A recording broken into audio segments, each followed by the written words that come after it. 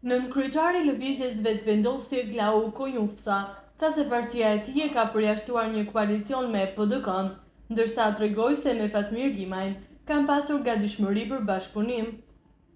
Sipas Konjufsës, LDK-ja ka refuzuar 2 herë ftesën e Kurtit për bashkëpunim, ndërsa Limaj është i vetmi opsion që ka treguar hapje për marrëveshje. LDK-ja na kundërshtoi 2 herë. Në 2 letrat ja drejtuam kryeministrit Kurti, kurse nga ana e vetëvendosjes nuk ekziston vullneti jon për një koalicion me PDK-n.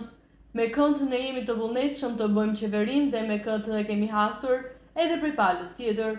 Në këtë rast po flas për zotin Limaj për shembull, ka thënë Konjufsa. Ai theksoi se konstituimi i kuvendit do të zbulojë nëse Kurti ka numrat për të formuar qeverinë, në të kundërtën i hapet rruga partive të reja ose zgjedhjeve.